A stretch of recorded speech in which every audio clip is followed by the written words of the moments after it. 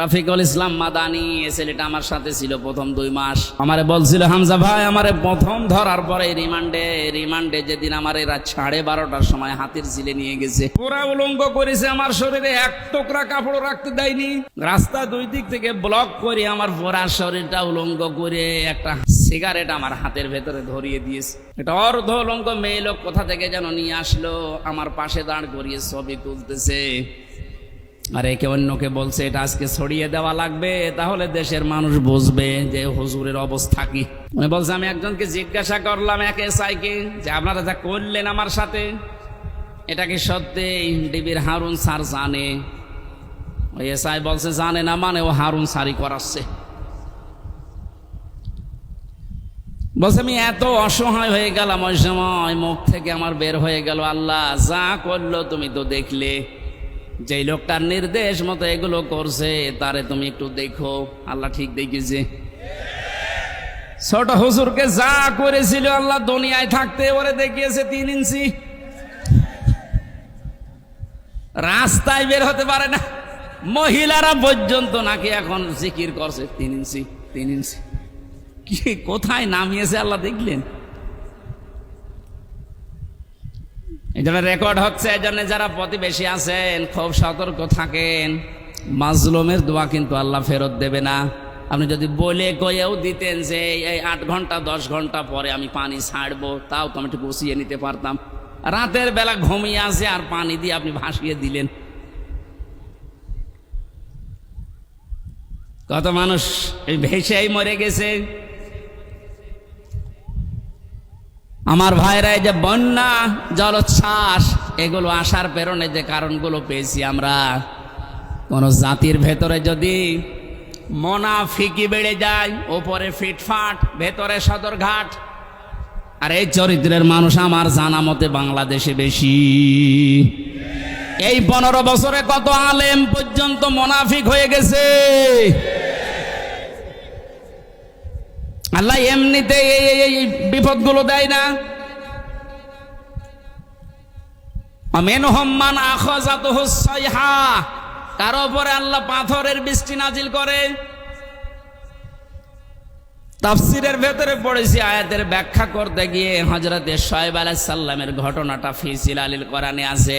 ওয়া ইলা মাদিয়ানা খাহুম শুআইবা ক্বালা ইয়া কওমি ইবুদুল্লাহা মা লাকুম মিন ইলাহিন গায়রু, ইলা আখিরি আয়াত। আল্লাহ পাক বলেন, মাদায়েন শহরে হযরত শুআয়বকে তার ভাইদের কাছে আমি পাঠিয়েছিলাম। তিনি মাদায়েনে, হযরত শুআয়ব মিশরের মাদায়েন আইকা এই এলাকায় বাস করতেন। ডাক দিয়ে বললেন, আমার জাতির লোকেরা তোমরা আল্লাহর ইবাদত করো, তিনি ছাড়া ইলাহ এটা আর কেউ নেই। ইলাহ মানে, ইলাহ শব্দের 4টা প্রধান অর্থ আমি এই আয়াতের তাফসীরে পেয়েছি। এক নয়, ভালো করে শোনেন। এই জন্যই তাফসীর মাহফিলে আসতে হয়। আলেমগুলো খেলা করার জন্য এখানে বসে নেই, ওনারা জানে না। এই গুরুত্বপূর্ণ কাজ বাদ দিয়ে ওনার মতো মানুষেরা যদি মোস্তফা আমিন বসে থাকতে পারে, আপনি কি হয়েছেন বলেন তো? ইলাহ শব্দের যে ব্যাখ্যা দিচ্ছে এবার নিজের জীবনের সাথে মিলাবেন। আল্লাহ রাব্বুল আলামিন জানিয়েছেন প্রতিটি নবীর যে দাওয়াতের পদ্ধতি ছিল, আমি কিছু কিছু কোরআনে কোড করেছি, তার ভেতরে শুআয়ব আলাইহিস সালাম একজন। তিনি জাতির লোকদেরকে বলেছিলেন, জাতির লোকেরা আল্লাহর ইবাদত করো, তিনি ছাড়া ইলাহ নেই। কি নেই? আমরা যেহেতু নবীর ওয়ারিস, নাকি মানেন না? এক কথা বলেন না কেন? আমি তো প্রথমেই বলেছিলাম রাজনৈতিকভাবে আমি একটা দলকে ভালোবাসি, সাপোর্ট করি, সহযোগিতা করি, কিন্তু এটা তো ওইটা না। আমি জাতির লোককে এখন বাঁচাতে চাই, ওরকম মন নিয়ে কথা বলছে। আমি নবীর ওয়ারিস হিসাবে এখন দায়িত্ব পেয়েছি। আল্লাহ পাক যে জানিয়েছে নবীদের এই কাজ ছিল, আমরা নবীর ওয়ারিস হিসাবে আমাদের একই কাজ। ওনারা যেটা বুঝিয়েছিল ওইটাই বোঝাচ্ছে, জাতির লোকেরা আল্লাহ ছাড়া কারো ইবাদত করা যাবে না, তিনি ছাড়া কোনো ইলাহ নেই। কি নেই? আরো জোরে বলেন। ইলাহ শব্দের ব্যাখ্যা বললাম কয়টা? 4টা। বলেন বলেন। 1 নম্বরে ইলাহ মানে আল্লাহ পাক বাদ দিয়ে আইন তৈরি করার ক্ষমতা কারণে, এই জন্য আল্লাহ ইলাহ। আল্লাহ কি? এটা যতদিন পর্যন্ত আপনি না মানবেন আমি দাওয়াত দিতেই থাকবো আপনাকে, কারণ আপনি এখনো পর্যন্ত ক্লিয়ার না। আইন তৈরি করার দায়িত্ব দুনিয়ার কারো হাতে আল্লাহ ছেড়ে দেয়নি, এটা আল্লাহর হাতে। কারো হাতে ছেড়ে দিলে সে নিজের দলীয় কায়দায়, নিজের ব্যক্তিগত কায়দায়, নিজের স্বার্থে, দলীয় স্বার্থে ওইটা বানাইতো। কথা বলেন না কেন? আল্লাহকে ওই রকম এই কথা বলেন। আল্লাহ রাব্বুল আলামিন যেন সবার জন্য উপকার হয় এমন আইন তৈরি করেন, এই জন্য আইনের বিষয়টা আল্লাহ কাউকে ছেড়ে দেয়নি।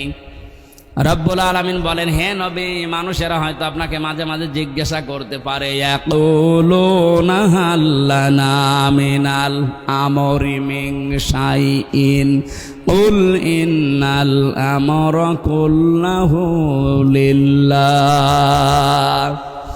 সূরা আলে ইমরানের 154 নম্বর আয়াতের মাঝের অংশে আছে 4 নম্বর পারার 9 নম্বর পৃষ্ঠা 3 নম্বর লাইনে। এরপরে আপনি ফতোয়াবাজি করেন, দেখে নেন যান।